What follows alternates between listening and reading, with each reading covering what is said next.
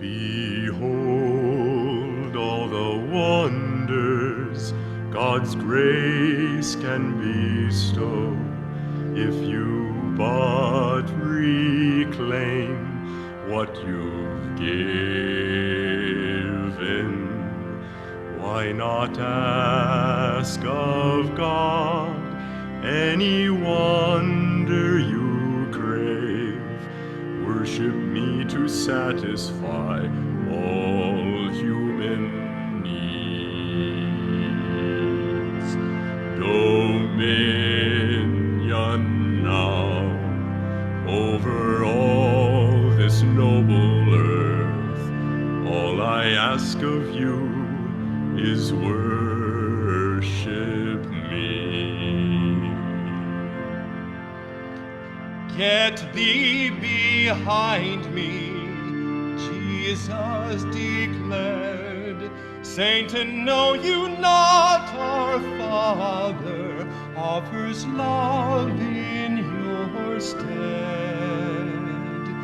His gift of love to all is my only food. He is all I own. What does man need but him?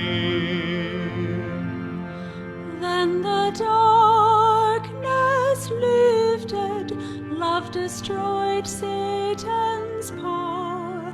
Then at last the Savior could begin bringing all to God.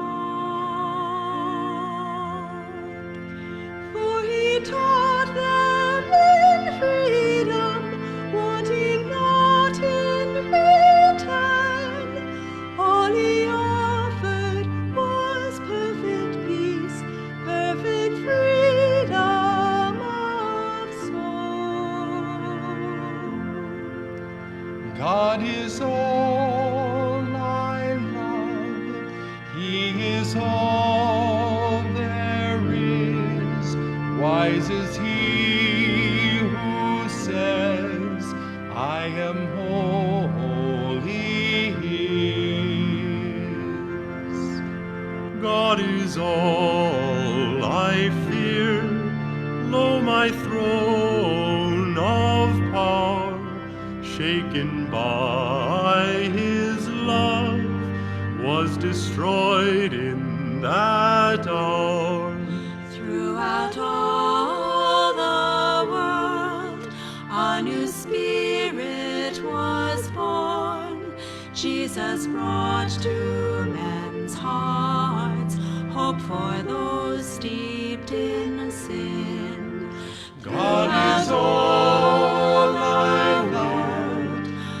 He is all there is.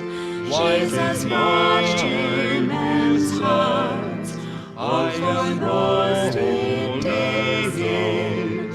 God is all I loved. He is all there is. Wise is he who says, I am wholly his.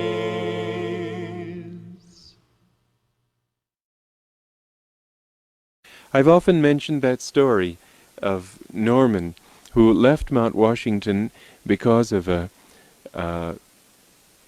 struggle with delusion of various kinds.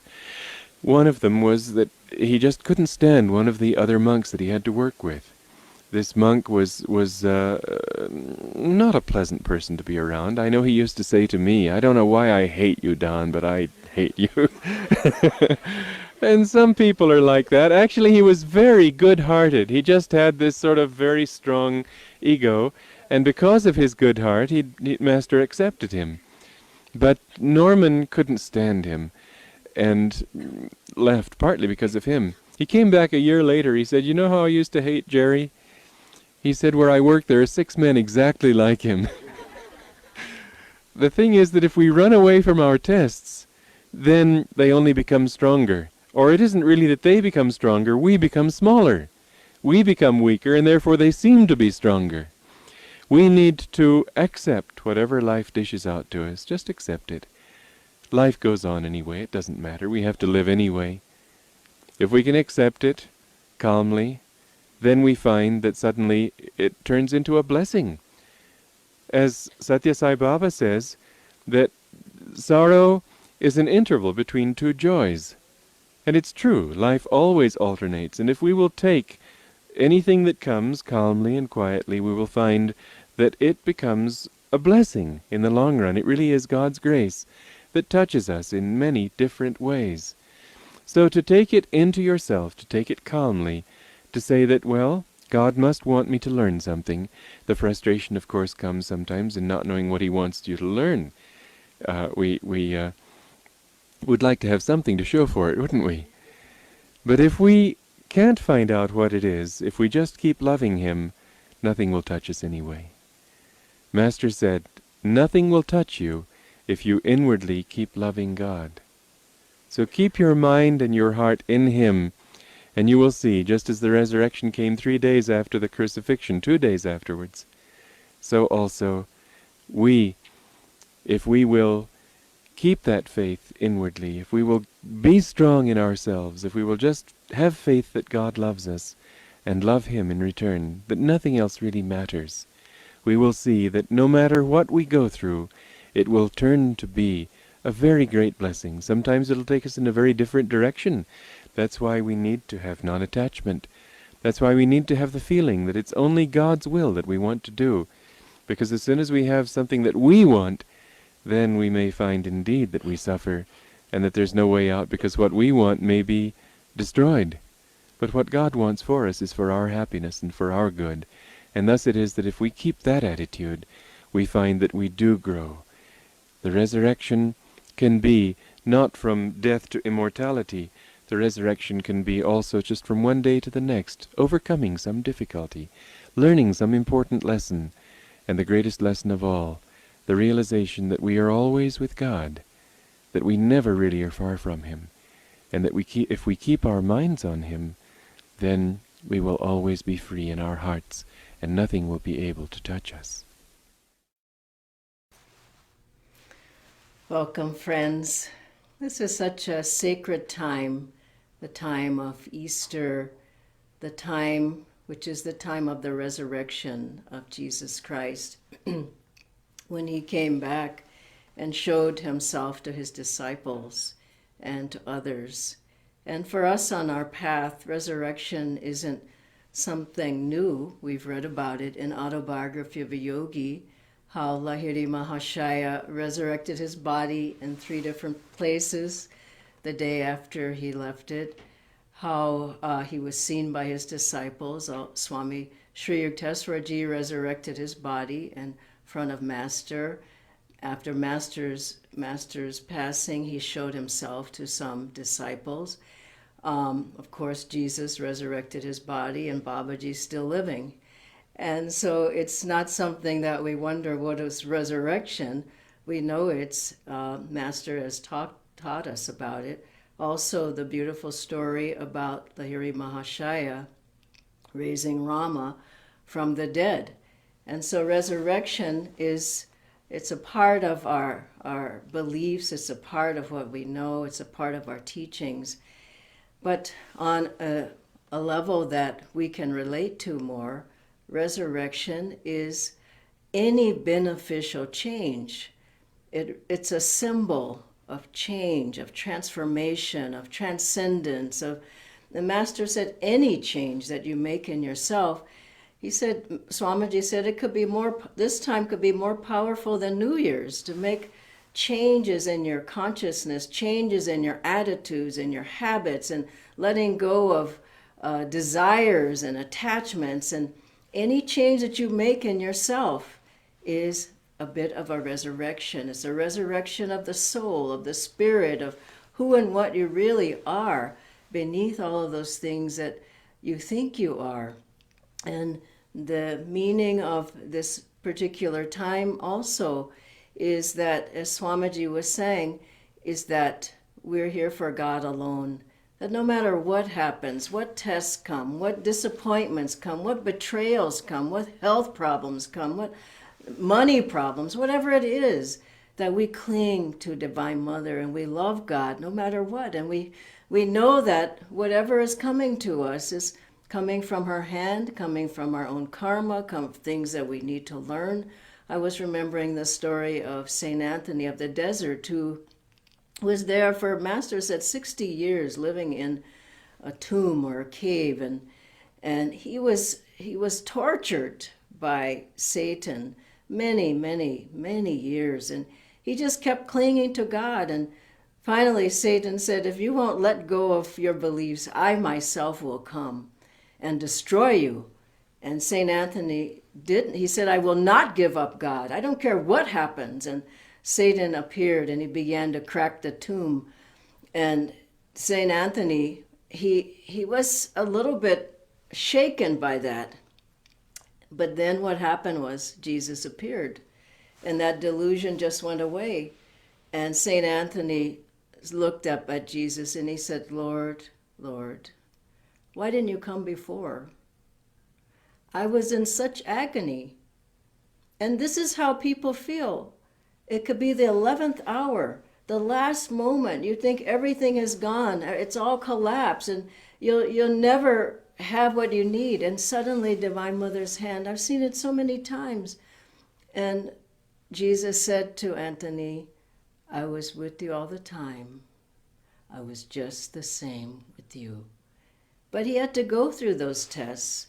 No one wants to go through tests. They just want to have a wonderful life, but they don't have to deal with their karma and things that they need to change in themselves. But this path is about change. We've come for change. We've come to release all the things that hold us back from God. And I remember another story of someone that I knew who they were passing away, but this was a few days before. And this was a fellow, this was many years back, and, for the whole time he kept wondering, why is this happening to me? Why is it happening to me? What happened? I have bad karma, and on and on and on. And then he was in and out of consciousness. And at a certain point he woke up and he said, now I'm not dying anymore. And I was there reading some of the autobiography to him. And I said, well, what do you mean? He said, I've seen Master, and I know it's all a dream. And I think for all of us, we'll be tested, but Master's there, and we realize at a certain point that it's all a dream. And so why do tests come? I remember Swamiji saying when he started Ananda Village that there were so many difficulties. There were difficult people, there was no money, there were all kinds of problems. And he said, I had hoped that Divine Mother would come and that she would financially support us so that we could build this community. And he said, and she didn't. And he was surprised that she didn't. But he said what happened was we grew. We grew in attunement from having to put out more energy. We grew in energy, we grew in magnetism, we grew in faith in God. We grew in everything that we needed. We didn't sit back and wait for something to happen. So for us, tests come because we need to grow. We need to get more in attunement. We need to have more faith. We need to put out more energy. Many things. We need to change our attitudes. We need to release things, habits and attachments and desires. And so Divine Mother provides those ways that we can do that. And it's a blessing when things come. Now, how can we go through tests? It's not always easy. Everyone goes through tests. I don't know anyone who hasn't gone through challenges, difficulties, financially, or someone passing away who was close to them, or their health, or someone else's health who's close to them. There was, as Sister Gyanamata said, your religion will be tested in the cold light of day. And so it's not just about meditation, it's how you bring the peace, the attunement, the light, the blessings from your meditation into your daily life. There's a story of a woman who was a disciple of Buddha, and she lost her child. Her child passed away, and she came to him and she said, "Can you bring back my child?" And she said, "I'm in so much pain."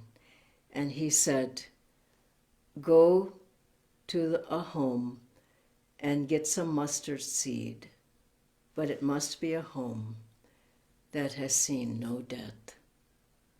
And she went all around, and she came back empty-handed. And she said, "I couldn't find one place that hadn't seen death." And it happens to everyone, one struggle or another. But we're struggling to get into the light and to stay in the light. And so how do we go through tests? Well, I think a great example is Swami Kriyananda ji. He went through so many. He was in the hospital so many times. So many things happened around him, but he always kept a spirit. His spirit was always high. So I think one point is be in as much joy as you and positivity, even if it's not joy, be as positive as you possibly can. It's not easy. Be around positive people, read something positive, listen to the music, chant. I remember a time when someone died who was very close to me. The only thing I could do was chant and chant and chant for weeks. And finally I chanted that grief out. And so work with it. Don't just sit there and dwell in it. And Swamiji, he had so many different surgeries. I mean, but the interesting thing was, one time he was in the hospital and the doctor had this whole list of all the things that were wrong with Swamiji. And he looked at him, he said, "Now just tell me," because he's looking at the chart. He says, "Now just tell me, how do you feel?" And Swamiji said, "Excellent." He said, "How's your health?" "Excellent." And he was always so positive. He had hip surgery. He had one hip done, and then he needed the other hip done, a replacement. So he had the other hip replaced, and then the first hip came out, and so he needed to do the first hip again. And everyone was feeling so sad for Swamiji. He had to keep going to the hospital for his hips. But what did he say? "Hip, hip, hip, hooray!" And he just didn't want us to drop our energy. He didn't want his energy to drop. And I saw him on so many occasions. I remember another time, I've told you this story, it's just more humorous than anything, but Swamiji would have people come and sit with him when he was in the hospital. And he was so giving. Some people had brought flowers, and in India we can't bring flowers so much to the hospital, but Swamiji, his room was full of flowers. And he just kept thinking, what can I give? Take these flowers to people who don't have flowers in their rooms, he said. And he had people just go and take flowers. And he said, and also sit and talk with them. He was always thinking of others instead of, oh, what me, oh, my problem, oh, I had surgery, oh, I feel bad. And another thing, he was in the hospital, he was in a wheelchair, and he asked, I heard this story from Devi Ji, and he had someone, I think it was her, Jyotishji, just helping him, rolling him down in the hallway in the hospital in that wheelchair. And there was someone else who was much worse off than Swamiji, and his head was down, and he just felt so bad, and he looked so bad. Swamiji was passing him, and he never let anyone really pass without some blessing. And Swamiji just looked at that man, he says, "Good morning!" And the man just went up like this, and he just kind of woke up. But this is the way, just to put out more energy. I remember a time when I was really struggling in the beginning of being here in India. There in India, I didn't know anyone. Everything was new, and the language and all this, we didn't know quite what to do and all. And I remember I was helping Swamiji. I would walk from the people who know our ashram, the first ashram, B10 by 8, to Guru Kripa, where Swamiji lived. It was only a few blocks away, but I'd walk back and forth doing. I remember one was late in the night, 12 o'clock, just going back and forth. He just would keep you busy. He knew what I was going through. And then I was walking back and I thought, gee, I've got so many problems, but I don't have any time. And that was the best medicine. Just don't sit there and think, oh, the problem, they had this test and the difficulty and this delusion. And finally, keep your energy up. Keep your mind on God through your meditation, through chanting, listening to the music, as I was saying, being with guru bhais, coming to satsangs. Don't just sit and sort of think the test is going to go away. You have to get bigger than the test. And as you do, you will find that you get stronger, you get more energetic, you get more centered in yourself, you have more magnetism, you have positive thoughts, you have more concentration and focus, and you have a energy flowing in your spine. And as you do these things, you will find that the tests, they're there, but they're smaller. That's what I've discovered. You're bigger and they're smaller. But if you shrink down, they're big and you're small. And as you keep God in your heart and in your mind, and just keep clinging, no matter how much. I remember Swamiji said he was going through such a delusion. He said, I just felt Master didn't even love me. And he said, I didn't even care. I just thought, even if he doesn't love me, I love him. And isn't that a wonderful attitude? Even if you feel God doesn't love me, he's beating me or whatever, I love you, Lord, and I'm never going to let go.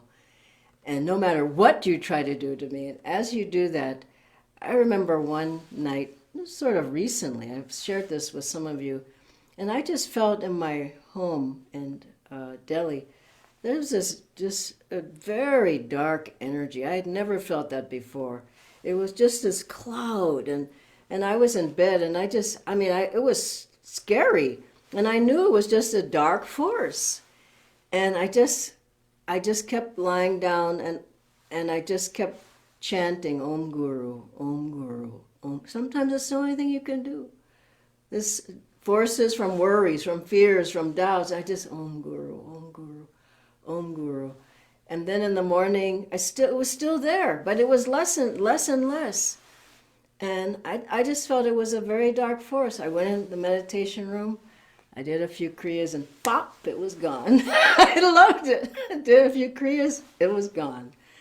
And so just know, we have everything we need to be able to break through any delusion, to break through any test, and to reach out and hold on to the light and hold on to God and gurus. God bless you all, and happy Easter to each one of you.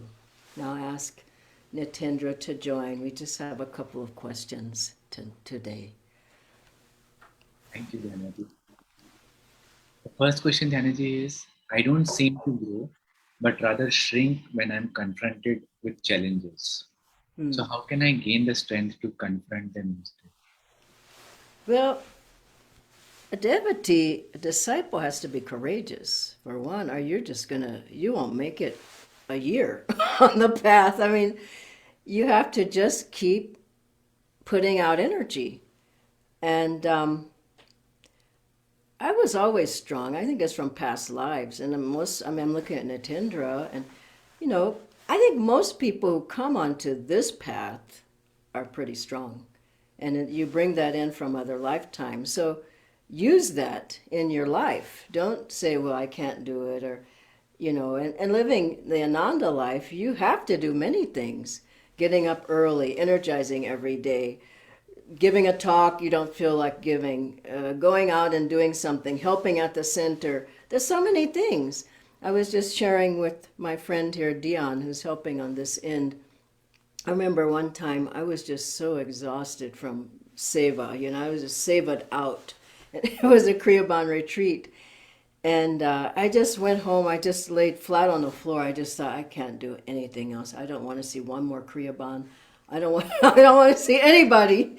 And then a knock came on the door, and it was somebody saying, Dhyana, we need you to come and help do something else. I just thought, not now, Divine Mother, not now. Please give me a break.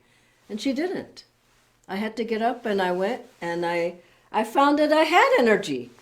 And so don't limit yourself, and just keep doing things. You know, as you get up in the morning, you feel, okay, just test yourself every day. Put on the alarm or, whatever, but keep challenging yourself.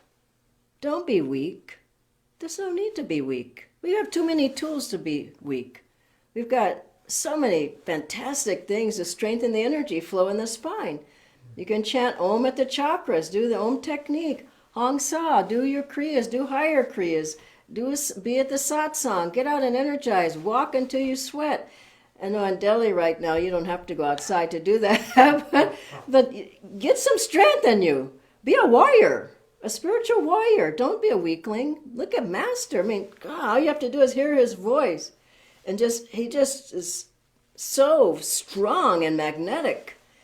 And you want to become like him. You don't want to be a weak or weakling disciple. And so I have found if I put out the energy, Divine Mother helps me. If I shrink back, she's going to force me anyway. And so you're going to get the test either way. So if you do it yourself, it's easier and you get the help right away. If you say, no, then it's much harder. So do all the things that I said tonight, but don't sit back and think no test is going to come. I remember Swamiji said about persecution. He said, I sprinkle it on my breakfast in the mornings. I eat it for breakfast. It's just there all the time. So people have different things, worries all the time, fears all the time, doubts. I mean, these are tests until you confront them. The last thing I'll say about this, work it out through Kriya. Just get rid of those things that are from past lives that you can work it out through Kriya. Just every Kriya, just give it to Divine Mother. Get it out of your system, and you'll find that you're strong. At the beginning, you may seem a little shaky, but get behind there, and there's a solid devotee there. Okay, and then the next one. Yes, Dhyanji, this is the last one. There are people who I live with who are weak and they pull me down when tests come. They want me to be like them instead of being strong in myself. So what do you recommend in such a situation? You can't be like them. Just don't do that. Don't go there. You can just say, our teachings say this, or my guru has said this, or here's a book about affirmations. This is what we follow. Or this is How to Have Courage by Yoganandaji. Please read it. Or How to Be Positive, or How to Have Your Potential. All of these books, you can give a book to someone, but don't go there. It's not our teachings, and it's not our path. And if you're positive, people will typically be more positive. The other thing is ask Master to change their hearts. And you'll find that suddenly the person's a little bit changed. Suddenly they're more interested. Suddenly they're more uplifted, or something will happen. I'll tell you now, I'll close with this story because I love this story. As you probably know, I've told it many times about my mom. I'm going to visit my mom next week. But she was very against Ananda and Swami. Who is that man, Swami Kriyananda? What is that place? And I didn't know much about Ananda. I said, Mom, all I know is the place is called Ananda, and Ananda means joy. So I left everything, and I came up to Ananda, and my whole family cried. They were mad. They were upset. My mother was upset for 12 years that I left everything and came to Ananda. But I didn't leave. I was going to stay with Swamiji and Master. So then, after 12 years, Swamiji had a program in Los Angeles, and that's where I'm from. My mother lives there. So I invited my mother to come, and this was one of the best things in my life. So then Swamiji didn't give the talk that night. For some reason, Jyotishan Deviji gave the talk. So my mother and we came in, we were sitting near the back. And so at the very beginning of the program, who walks in? Swamiji. Swamiji walks in, and where does he sit? In our row. And who does he sit next to? My mother. I loved it. And so he was sitting between me, or maybe on the other side, it was me, my mom, and Swamiji. And he knew who she was, and she knew who he was. And so afterwards, everyone stood up, and Swamiji turns and he says, "Hello, I'm Swami Kriyananda." I mean, in all these years, my mother's going, "Who is that man? What is he brainwashing you? That's a cult." And my mother, she just was so, emotional. She says, he says, "Hello, I'm Swami Kriyananda." So she says her name, and she says to him, I waited 12 years to hear this. She says, "I'm on the path too." I went, wow. And Swamiji didn't miss a beat. He said, "I know you are." And that took care of that karma. So just let Master take care of it for you.